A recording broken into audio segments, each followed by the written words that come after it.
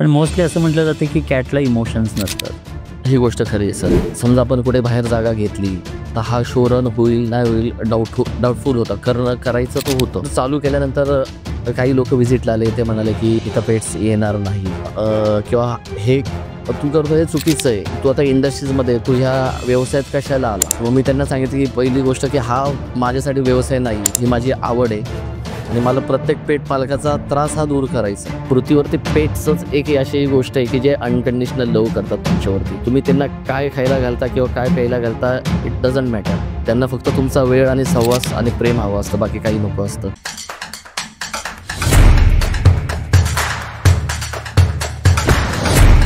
नमस्कार. भारी लोक या मराठी पॉडकास्ट चॅनलमध्ये आपल्या सर्वांचं पुन्हा एकदा स्वागत. भारी लोक एकतर आपल्या कर्तृत्वानं किंवा आपल्या स्किल्सनं भारी असतात. भारी लोक अशी काही आभाळातनं पडत नाहीत. आपल्यातले डिसिप्लिन, आपल्यातल्या सवयी, आपल्यातलं वेगळंपण ते जपतात, त्याचा ध्यास घेतात आणि म्हणूनच ती भारी बनतात. सो असंच एक भारी व्यक्तिमत्व आज आपल्याला इथे लाभलेलं आहे, ज्यांचं नाव आहे निरंजन पोफळे. आता हे भारी का?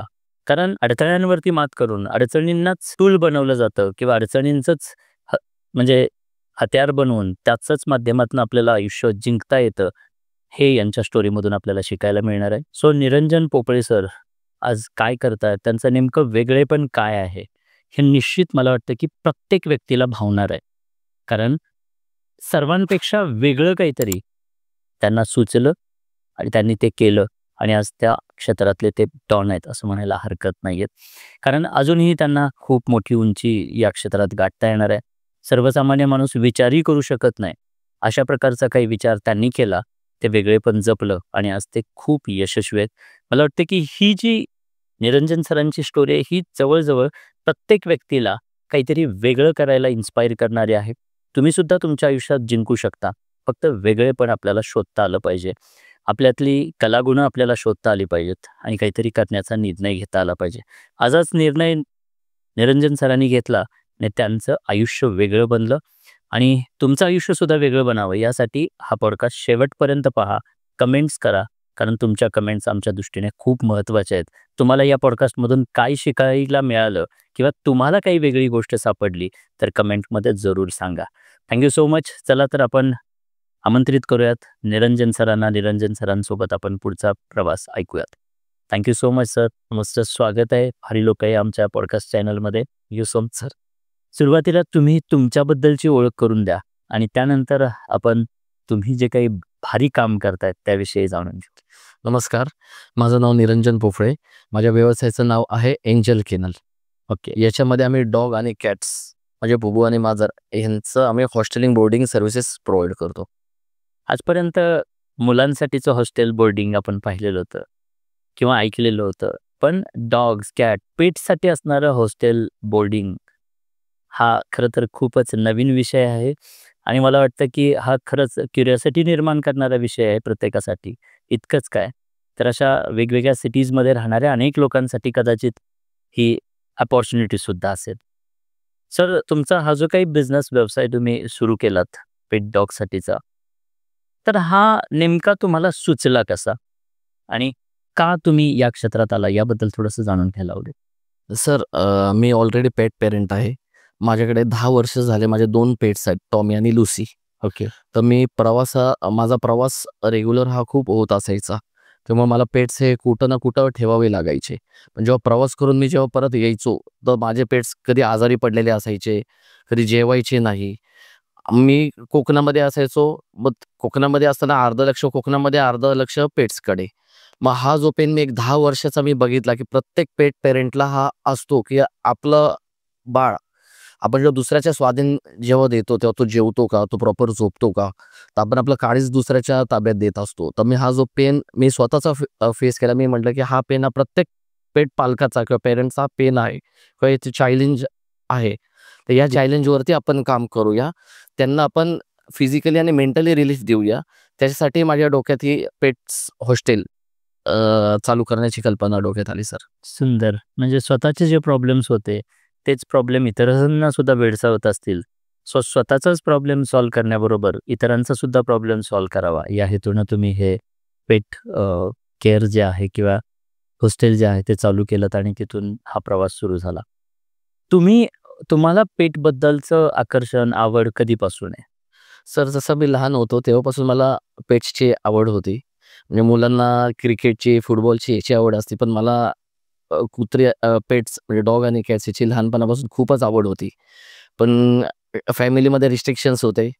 त्यामुळे मला त्या गोष्टी तेव्हा करता आल्या नाहीत किंवा मला तेव्हा माझे स्वतःचे पेट्ससुद्धा सांभाळता आले नाहीत.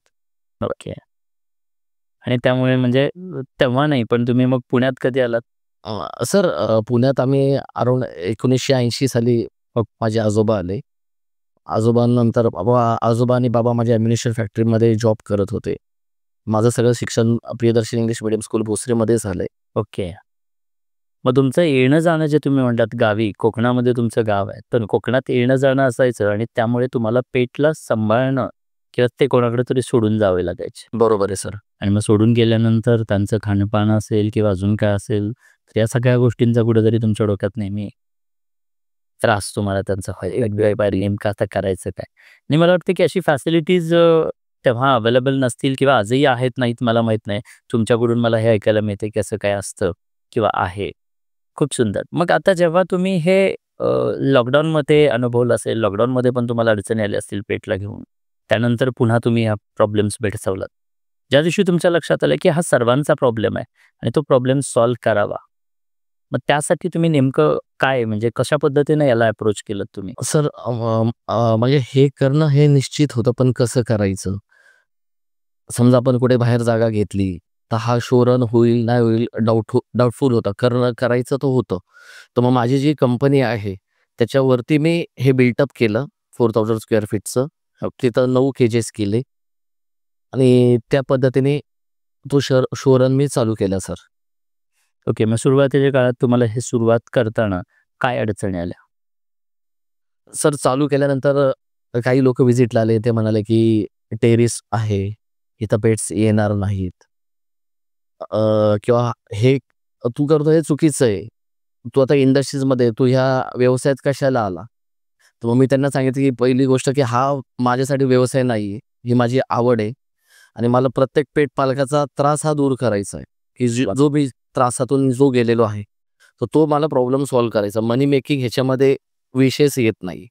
कारण जो त्रास होतो तो फक्त एक पेट पॅरेंटच जाणू शकतो, की पेट असल्यानंतर आपण नसताना ते पेटची कोण काळजी घेणार? इन्व्हेस्टमेंट ऑब्व्हियसली तुम्ही त्या इन्व्हेस्टमेंट केल्या, केज बनवले असतील, व्हॉटएव्हर ह्या सगळ्या गोष्टी केल्या असतील.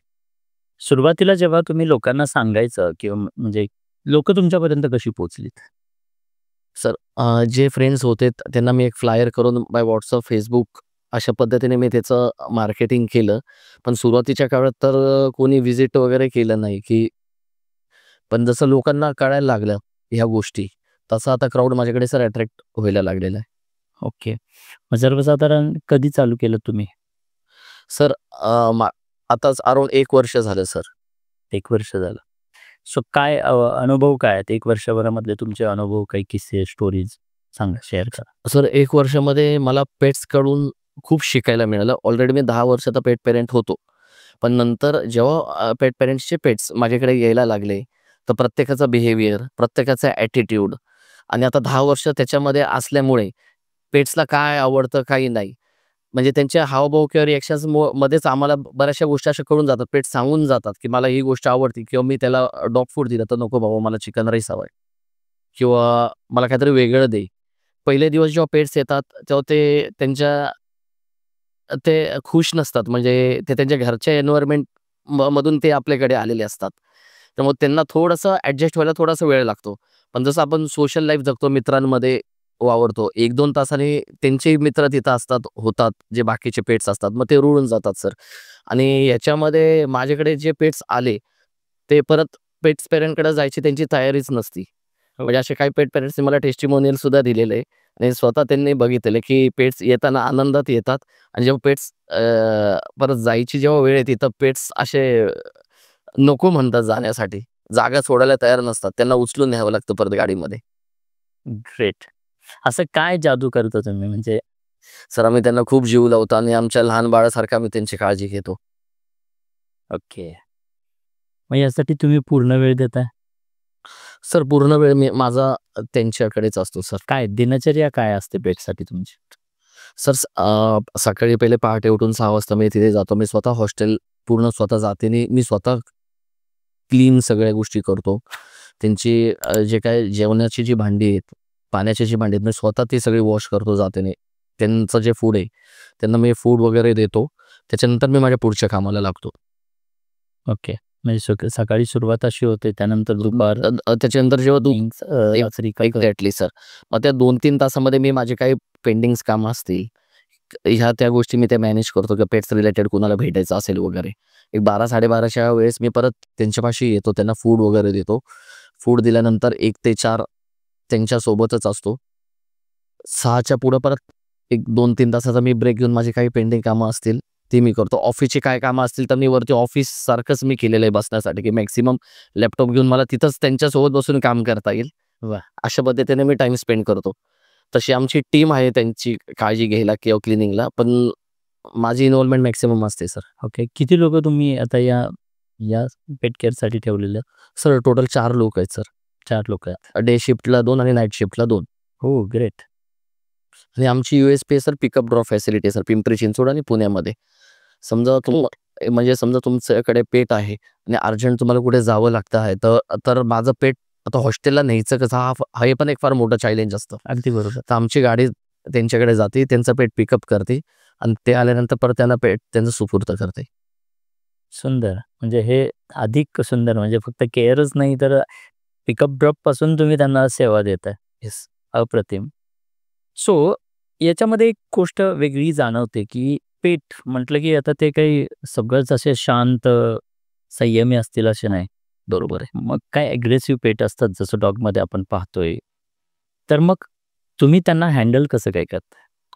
सर ॲग्रेसिव्ह पेट्स म्हणजे सगळे पेट्स सारखेच असतात.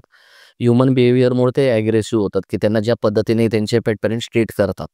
सगळे पेट्स ते एकसारखेच असतात. पण ते पेट्स जेव्हा आमच्याकडे येतात, आम्ही बाकीच्या पेट्समध्ये त्यांना आम्ही खेळण्यासाठी सोडून देतो.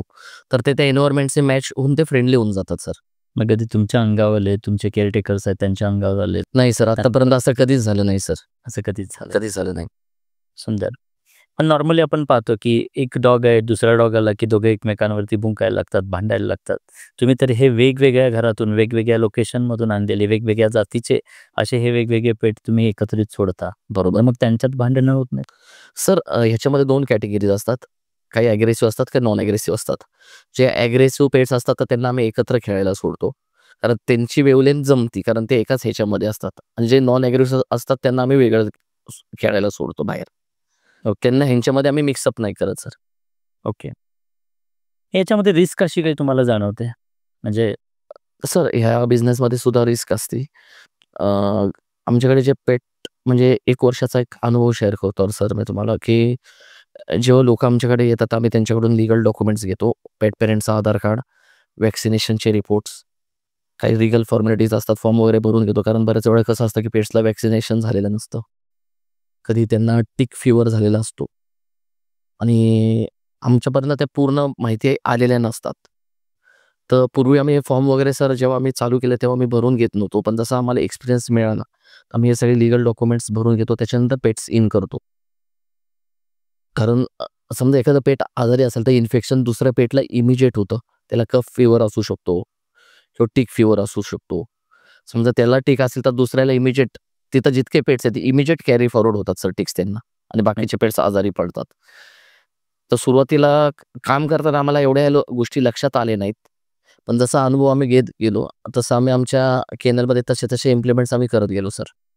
Very good. खूप महत्त्वाची गोष्ट आहे. कारण एक पेट आजारी असेल आणि त्याच पेटला जर या पेट्समध्ये आणून ठेवलं तर एकामुळे बाकीचे सर्व आजारी पडू शकतात. सेट. आणि त्याची केअर करणं तेवढंच महत्त्वाचं आहे आणि तुम्ही ती घेताय. सेट. तो म्हणजे उदाहरणार्थ माझं एखादं गावठी पाळलेलं एखादं कुत्रं आहे किंवा एखादं काही माझ्याकडचं पेट आहे, कॅट असेल, तर मी त्याला असंच नाही आणू शकत. तुमच्याकडे ॲडमिशन नाही मिळणार आहे त्याला. एक्झॅक्टली. ग्रेट. म्हणजे ॲडमिशन क्रायटेरिया तुम्ही खूप सुंदर बनवलेला आहे. म्हणजे रिस्क फ्री जे म्हणतो, रिस्क फ्री तुमचं पेट जर इथं सोडलं तर तुम्ही ते रिस्क फ्री बिंदास सोडून जा. एक्झॅक्ट. मला कौतुक या गोष्टीचं वाटतं, की सर तुम्ही ही वेगळी आयडिया अंमलात आणलीत. सो कशी आणलीत किंवा कसं क्लिक झालं तुम्हाला हे? सर मी संकल्प हा जो लोणावळ्यामध्ये कार्यक्रम झाला डॉक्टर विष्णू माने सरांचा, तर मी आणि माझी वाईफ आम्ही त्यात इन्व्हॉल्व झालो. तिथं गेल्यानंतर आयुष्याचं नक्की ध्येय काय हे आम्हाला कळलं. आमचा एक्झिस्टिंग व्यवसाय आहे, पण आपण नवरा बायको आम्ही उठतोय, कामाला जातोय, येतोय, पण त्यात अशी काही मजा वाटत नव्हती मला. पण डॉक्टर विष्णू माने सरांचा जेव्हा मी हा प्रोग्राम मध्ये इन्व्हॉल्व झालो, त्या सगळ्या गोष्टी फॉलो केल्या, तेव्हा मला माझं आयुष्याचं ध्येय कळलं की मला नक्की करायचे काय. त्यांच्यामुळे मला कळलं की you should be always be giver and problem solve करणारेच तुम्ही असले पाहिजेत. पण तिथं जाईपर्यंत माझ्या डोक्यात डॉग हॉस्टेल किंवा पेट हॉस्टेल असं काही नव्हतं.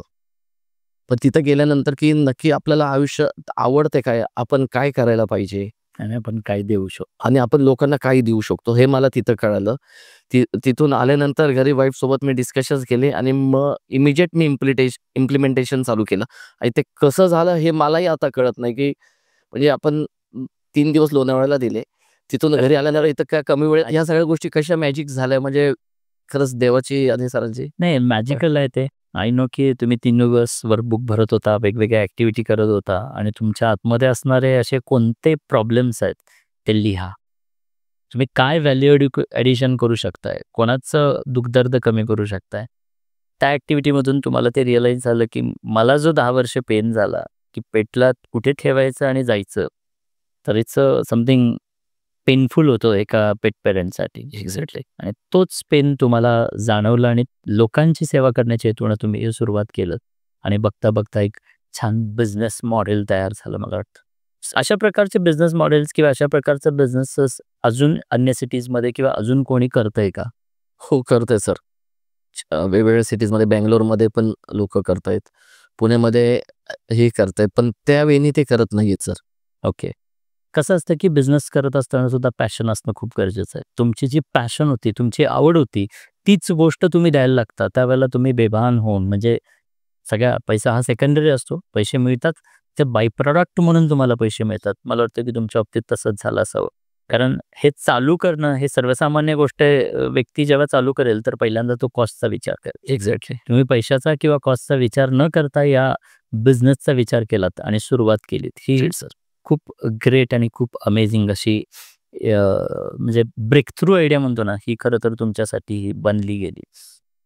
सो या सगळ्या प्रवासामध्ये असं कधी घडलं का, की बाबा तुमच्याकडे एखादं पेट आलेलं आहे. समजा रिस्क आहे ते पळून पण जाऊ शकतं. बरोबर आहे. आणि पळून गेलं तर मग तुम्हाला व्हॉटएव्हर जे काही पेट ओनर आहेत, त्यांच्याकडून तुम्हाला काही म्हणजे त्रास होऊ शकतो. ही रिस्क या बिझनेसमध्ये इन्व्हॉल्व्ड होती. सो असा काही किस्सा तुमच्या बाबतीत घडला? सर असा किस्सा झाला नाही. कारण हे केनल चालू करताना आम्ही हे सगळे सेफ्टी मेजर्स घेऊन आम्ही चालू केलं आहे. फॅब्रिकेशनमध्ये पूर्ण केजेस आम्ही कव्हर केले आहेत. त्याच्यानंतर तिथं 2 डोर्स आहेत एक्झिटसाठी. त्यामुळे जेव्हा एखादी व्यक्ती किंवा पेट पेरेंट वरती येतो पेट घेऊन, त्याला 2 दरवाजे क्रॉस करून तिसऱ्या दरवाज्यातून आत यावं लागतं. ओके, त्यामुळं आम्ही टोटल तो एरिया टोटल इंटॅक्ट ठेवलाय सर.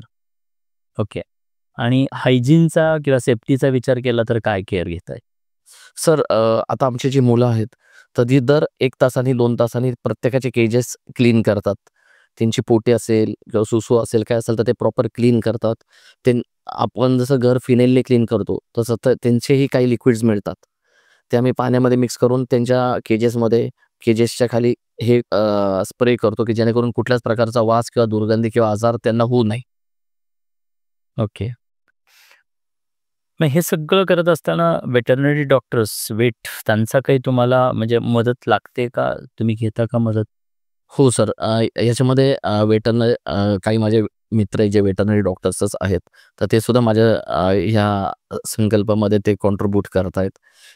जिथं कुठे वॅक्सिनेशन द्यायचं असेल, तर मग मी माझ्या फ्रेंड्स जे वेटरनरी डॉक्टर्स आहेत, तर त्यांना मी पाठवतो. ते 24/7 अवेलेबल असतात सर. यासोबत आमच्यासोबत सर ग्रूमर्ससुद्धा आहेत. फॉर एक्झाम्पल तुमच्याकडे स्मॉल पप्पीज आहेत, जे लाँग हेअरवाले आहेत. तर तो एक फार मोठा पेट पेरेंटला चॅलेंज असते, की त्याचं दर महिन्याला हेअर कट, नेल्स कट वगैरे करायचे असतात.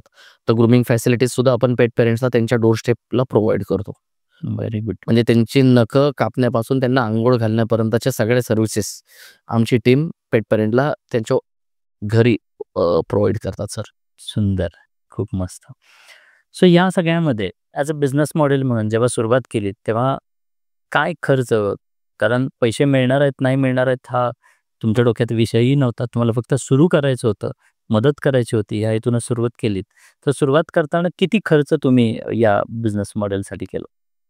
सर अराउंड मला ह्या व्यवसायासाठी अराउंड 6 ते 7 लाख रुपये लागले. म्हणजे त्याच्यामध्ये माझं फॅब्रिकेशन वर्क होतं. रिसेप्शन टेबल, चेअर्स, त्याच्यानंतर त्यांना क्लिनिंग करण्यासाठी आम्ही हाय बारचा प्रेशर पंप ठेवलेला आहे, की ज्याच्यामुळे त्यांचे सगळे केजेस खूप स्वच्छ आणि क्लीन राहतात. काही फूडसाठी मला इन्व्हेस्टमेंट झाल्या त्यांच्या. टोटल अराउंड 6 ते 7 लाख रुपये खर्च झाला आहे. ओके.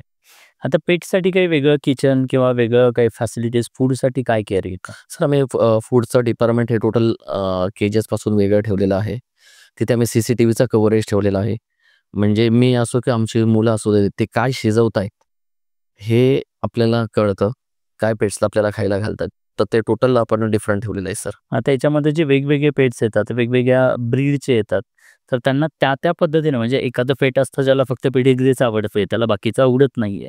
मग इन दॅट केस त्या आवडी-निवडी तुम्हाला कशा समजतात आणि हाऊ ते कसं तुम्ही सर्व्ह करता? सर जेव्हा पेट पेरेंट्स आमच्याकडे येतात, आम्ही त्यांचे डॉक्युमेंट्स भरून घेतो. तेव्हा आम्ही पेट्सचे सगळे आवडी-निवडी विचारतो. आम्ही त्यांना काय फूड देणार आहेत हे त्यांना सांगतो. शक्यतो प्रत्येक पेटला हे पेडिग्री, चिकन राईस, दहीभात, ताकभात हे आवडतो. पण ह्याच्या व्यतिरिक्त जर वेगळा काय तो पेट जर खात असेल, तर पेट पेरेंट्स स्वतः ते आम्हाला आणून देतात, की तुम्ही ह्याला हे खायला घाला. ओके. सो त्या पद्धतीने तुम्ही त्यांची काळजी घेताय. जेव्हा चालू केलं त्या पहिल्या महिन्यात काय रिस्पॉन्स होता? किती पेट तुमच्याकडे अवेलेबल होते? किंवा ॲडमिशन्स घेतलेले? सर मी जेव्हा चालू केलं स्वामी समर्थांच्या जयंतीच्या दिवशीच चालू केलं आणि त्या दिवशी माझा पहिला पेट आला. ओके. तर तो 10 दिवस होता. त्याच्यानंतर एक 2-3 महिन्याचा एक स्पेस गेला. पावसाळा चालू झाला. एक 3-4 महिने आमचे थोडे स्लॅकमध्ये गेले. पण जसं लोकांना आता कळायला लागलं तसे लोकं आम्हाला अप्रोच व्हायला लागलेत. ओके. म्हणजे सुरुवातीचा काळ तसा फायनान्शियल दृष्ट्या म्हटलं तर तुमच्यासाठी संघर्षमय होता. कारण एवढे पैसे 6-7 लाखांची गुंतवणूक केल्यानंतर रिटर्न्समध्ये तुम्हाला काहीच मिळत नव्हतं. येस. आता हे एम्प्लॉईज असतील, तुम्ही स्वतः तिथे काम करताय. सो ह्या सगळ्या गोष्टी असताना तुम्हाला ती सुरुवातीची परिस्थिती खडतर होती. बट त्यानंतर आज परिस्थिती काय आहे? या वर्ष झालं तुम्ही सुरुवात करून. तर आजची परिस्थिती काय आहे? आज किती पेट्स आहेत तुमच्याकडे? सर आता माझे सगळे केजेस 9चे 9 केजेस भरलेले आहेत. आता सगळे केजेस ऑक्युपाईड आहेत सर. आणि मीटिंग्सला सुद्धा असतात. म्हणजे तुमच्याकडे जागा आहे का? शिल्लक आहे का? असे फोन्स येत असतात.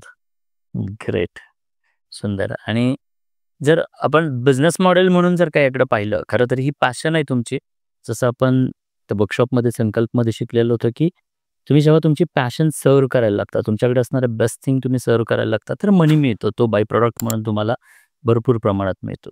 सो या बिझनेस मॉडेलमध्ये तुम्ही तुमची पॅशन सर्व्ह करायला सुरुवात केली, राईट सर? आणि तुम्हाला फायनान्शियल जे बेनिफिट्स आहेत, ते आत्ता सर्वसाधारण या बिझनेस मॉडेलमधून तुमचं काय निर्माण होत आहेत? सर आता मला अराउंड महिन्याला आता मी या बिझनेसमधून मला 50,000 ते 60,000 रुपये मिळत आहेत याच्यामध्ये. सुरुवातीचा काळ जो होता तर मी घरामधूनच सगळी इन्व्हेस्टमेंट ॲज अ कॅपिटल बरोबर. करत होतो. पण आता त्याची रिकव्हरी आता हळू-हळू व्हायला लागली. पण माझा फोकस रिकव्हरीवरती नाहीये सर, की आपण ते शिकलेलेच. पैसे तर ते मिळतील, ते बाय प्रॉडक्ट आहेत. एक्झॅक्टली. पण मी ह्याच्यामध्ये अजून काय छान करू शकतो? मी पेट पेरेंट्सला अजून काय देऊ शकतो? तर ह्याच्यामध्ये आता जस्ट वाईफसोबत मी डिस्कशन केलं, की जे पेट्स आपल्याकडे 10 दिवसासाठी किंवा 15 दिवसासाठी येतात, तर अराउंड आम्ही सर ₹1000 आसपास आम्ही पर पेट चार्ज करतो. पण त्यांना एक तर आम्ही 40% आम्ही डिस्काउंट देऊ किंवा पेट पेरेंटला पेट इन्शुरन्स आमच्यातर्फे आम्ही देऊ. असं थोडं आमचं नियोजन चाललं आहे सर, की आम्हाला ह्याच्यामध्ये आम्ही अजून पेट्ससाठी काय करू शकतो किंवा पेट पेरेंटसाठी काय करू शकतो? ग्रेट. सुंदर. की तो इन्शुरन्स तो आमच्यातर्फे असेल त्यांना. कधी तुम्हाला या सगळ्यामध्ये तुम्ही एवढ्या छान पद्धतीने हे केअर करताय, बट स्टिल असे काही पॅरेंट भेटले, की कुठेतरी वादाविवादी तयार झालेले आहे? हो, सर असेही पेट पेरेंट्स येतात.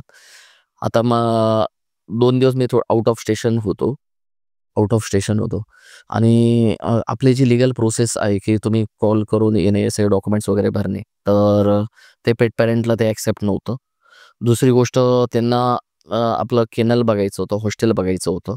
तर आम्ही कोणी वॉक इन वे आले तर आम्ही त्यांना केनलमध्ये एंट्री देत नाही. कारण ही एक जबाबदारी आहे आणि जसं लहान बाळाला आपलं इन्फेक्शन होऊ शकतं, हातपाय धुवून आपण घरी जातो, तसं पेटसुद्धा एक हा खूप सेन्सिटिव्ह विषय असतो. तेव्हा आम्ही डायरेक्ट कुठल्याही व्यक्तीला बाहेरून येणाऱ्याला आम्ही डायरेक्ट केनलमध्ये एंट्री देत नाही. त्यांचं पेट जर तिथं असेल तरच आम्ही त्यांना एंट्री देतो. तर त्यांची इच्छा होते की आम्ही त्या केनलमध्ये जावं, आम्ही बघावं, व्हिडिओ, सेल्फीज काढावे, तर आम्ही त्यांना अलाउड या गोष्टींसाठी केलं नाही. तर त्याच्यामध्ये आमचे थोडे वादविवाद झाले. आम्ही त्यांचं पेटसुद्धा आम्ही एंट्री करून घेतली नाही तिथे तेव्हा. कारण त्यांना सांगितलं की तुम्हाला काही लीगल फॉर्मॅलिटीज असेल त्याच वेळेने तुम्हाला यावं लागेल. Very good. म्हणजे सिस्टम खूप छान पद्धतीने तुम्ही लावलेले आहेत. पहिला पेट आणि त्यानंतर बाकीच्या गोष्टी. But no excuse for pet care. Exactly sir. सुंदर. ह्याच्यामध्ये आता ज्या वेगवेगळ्या ब्रीडचे वेगवेगळ्या म्हणजे जसं काही कॅट येतायत, डॉग येतायत, पक्षीही तुम्ही ठेवता का? नाही सर, सध्या फक्त पक्ष्यांसाठी आम्हाला अप्रोच करतंय, पण सध्या सर माझा कोर फक्त डॉग्स आणि कॅट्स ह्याच्यावरतीच आहे सर, की मला ह्याच्यावरती काम करायचं आहे अजून. सो दोघेही कॅट पण आणि डॉग पण दोघेही आज तुमच्याकडं पार्क होतात किंवा त्या हॉस्टेलमध्ये ठेवले जातात. Right sir. सुंदर. सो ओव्हरऑल आता हे एवढे सगळे पेट्स असतात. मग एवढ्या सर्व पेट्सची निगा तुम्ही कशा पद्धतीने? सर प्रत्येक जेव्हा पेट आमच्याकडे येतं, तर जसे आम्ही केजेस क्लीन करतो. जर उन्हाळ्याचा सीझन वगैरे असेल तर आम्ही त्यांना अंघोळ वगैरे घालतो. त्यांना एकदम क्लीन अँड टायडी ठेवूनच पेट पेरेंटकडे आम्ही देतो. थोडं त्यांचं पूर्ण हायजीनची जबाबदारी आमची असते. ओके. मग त्यांचं काही अंघोळीचं शेड्यूल असेल किंवा तसं काही शेड्यूल तुमचं बनलेलं आहे का? सर वीकमध्ये जर ते पेट आमच्याकडे मोर दॅन 1 वीक राहिलं, तर मग त्याचं अंघोळीचं शेड्यूल आम्ही प्लॅन करतो उन्हाळ्यामध्ये. थंडी किंवा पावसाळ्यामध्ये ती काही गरज नसते, कारण ऑलरेडी त्यांना थंडी वाजत असते. पण उन्हाळ्यामध्ये around 3 to 4 days or a week आम्ही पेट्सला अंघोळ घालून त्यांना क्लीन अँड टायडी ठेवतो.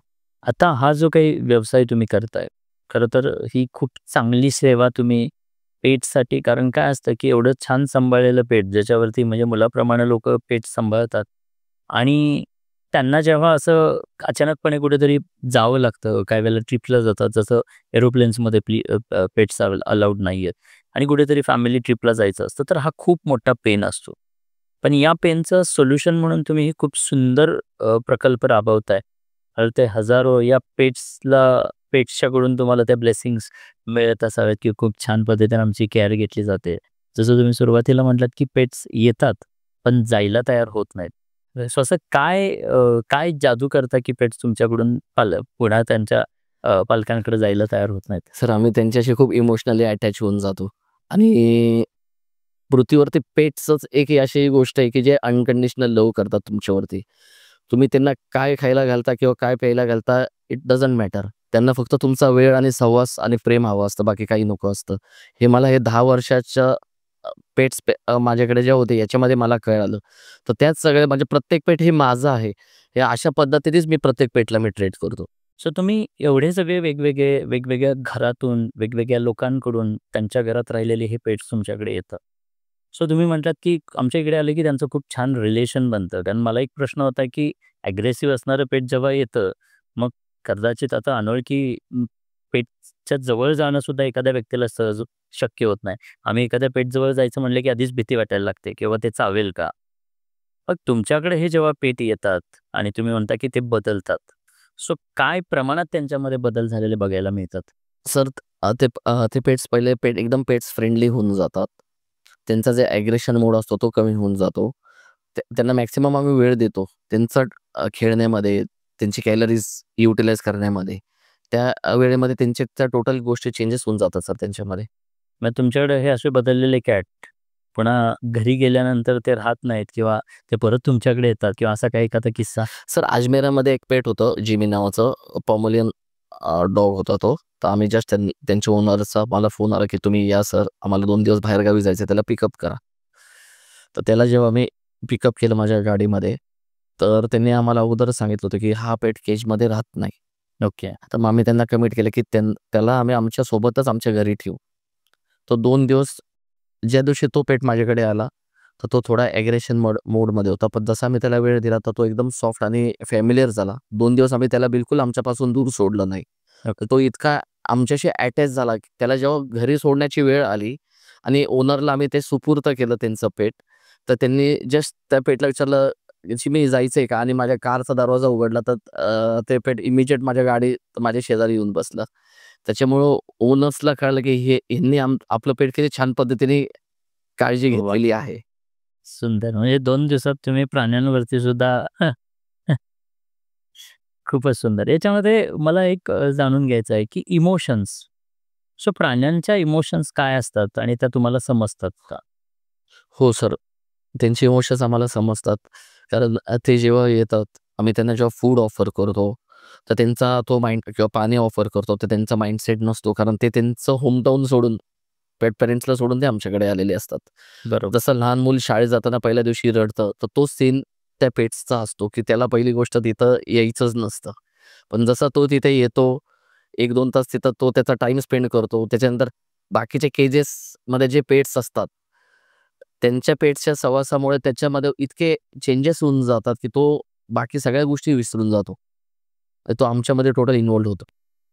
ग्रेट. पण मोस्टली असं म्हटलं जातं, की कॅटला इमोशन्स नसतात. ही गोष्ट खरी आहे सर. कारण मी पाहिले, की डॉग ज्या पद्धतीनं इमोशनली अटॅच होतो, तसं कॅट कधी अटॅच झालेलं पाहायला बघायला मिळत नाही. नाही, खरं आहे सर. ही गोष्ट खरी आहे. कॅट्स अटॅच नाही होत सर. खूप सुंदररीत्या तुम्ही पेट्सची काळजी घेताय. आता मोस्टली आम्ही टाटा मोटर्सला असताना आमचे एक सीनियर होते. त्यांच्या मुलीने एक वेगळं प्रोफेशन निवडलेलं होतं आणि ते म्हणजे पेट ट्रेनिंगचं. कात्रजला कुठेतरी त्यांचं ते पेट ट्रेनिंग आहे.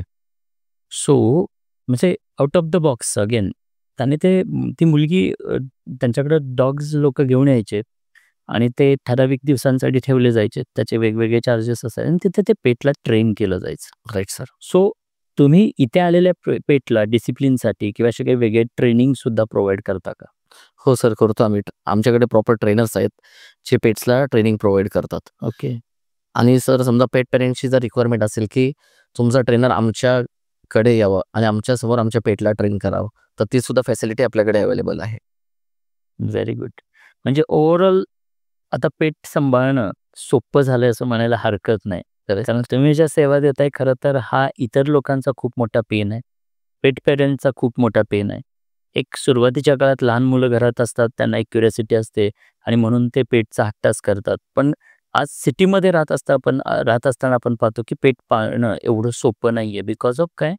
इमर्जन्सी कुठेही जावं लागतं. अनेक गोष्टी असतात. साधं तुमच्या बाल्कनीमध्ये लावलेली झाडं, फुलांची झाडं असतात. कुठेतरी बाहेर गेलो की ते 8 दिवसात वाळलेले असतात. त्यांचीही काळजी करता येत नाही. म्हणजे एवढा हा अवघड टास्क असतो. पण या मुक्या प्राण्यांना सांभाळणं हा त्या मानानं खूप मोठा अवघड टास्क आहे. आणि तो तुम्ही अगदी सहज आणि आनंदानं पेलताय. ही खरं तर खूप मोठी गोष्ट आहे असं मला वाटतं. सो तुमच्या माध्यमातून अनेक पेट पेरेंट्स किंवा पेटची सेवा होते आणि एक हॅपीनेस देण्याचा, स्प्रेड करण्याचं काम केलं जातोय किंवा तुम्हाला जो पेन झाला, तो इतर लोकांना पेन होऊ नये यासाठी तुम्ही व्हॅल्यू ॲड करताय. सर, मला वाटतं की कोणतंही काम छोटं नसतं. फक्त त्या कामात तुम्हाला झोकून द्यावं लागतं. तुम्ही जर का स्वतःला झोकून दिलत, तर प्रत्येक कामातनं आनंद तर मिळतोच मिळतो आणि आनंद मिळायला लागला, की आनंदासोबत पैसेही आपोआप मिळतात. सर. सो पैशांवरती फोकस करायची गरज नसते.